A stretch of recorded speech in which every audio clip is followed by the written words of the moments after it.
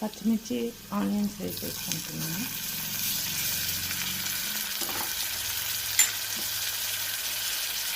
తర్వాత టమాటోస్ వేద్దామండి.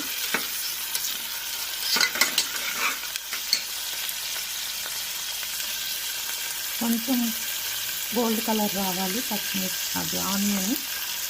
తర్వాత టమాటోస్ వేసి ఫస్ట్ వేసేద్దాము.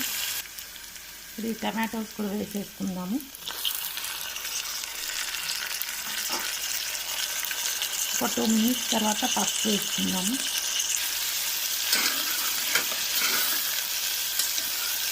పసుపు వేసుకుందామండి. చూసారు కదా పసుపు వేసుకున్నాము. అల్లం వెల్లుల్లి పేస్ట్ కూడా వేసుకున్నాము.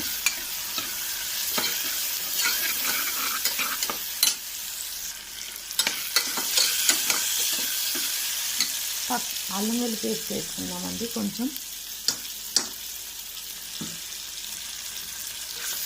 స్మెల్ వస్తుంది కదా ఎక్కువ వేసేస్తే తినలేము అందుకని ఇప్పుడు ఆలుగడ్డ వేసేసుకున్నాము. ఆలుగడ్డ కరివేపాకు ఇప్పుడు పెట్టుకున్నాం కదా, ఇది వేసేసుకున్నాము.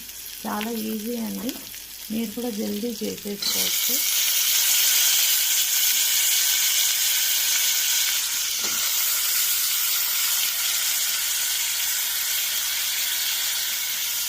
పిల్లలకి చాలా ఇష్టం అండి ఇలా చేసి పూరి చపాతీ చేస్తే చాలా బాగా తింటారు, చాలా ఇష్టంగా.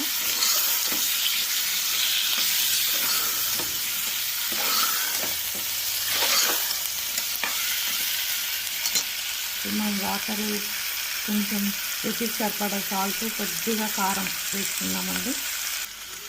చూసారు కదా, కొద్దిగా కారం, రుచికి సరిపడా సాల్ట్ వేసుకున్నాము. చాలా కొద్దిగా అండి, ఎందుకంటే 3 మిర్చీస్ వేసాం కదా.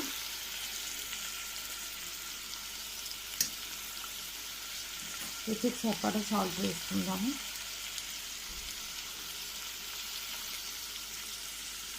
వాటర్ వేసుకుందామండి.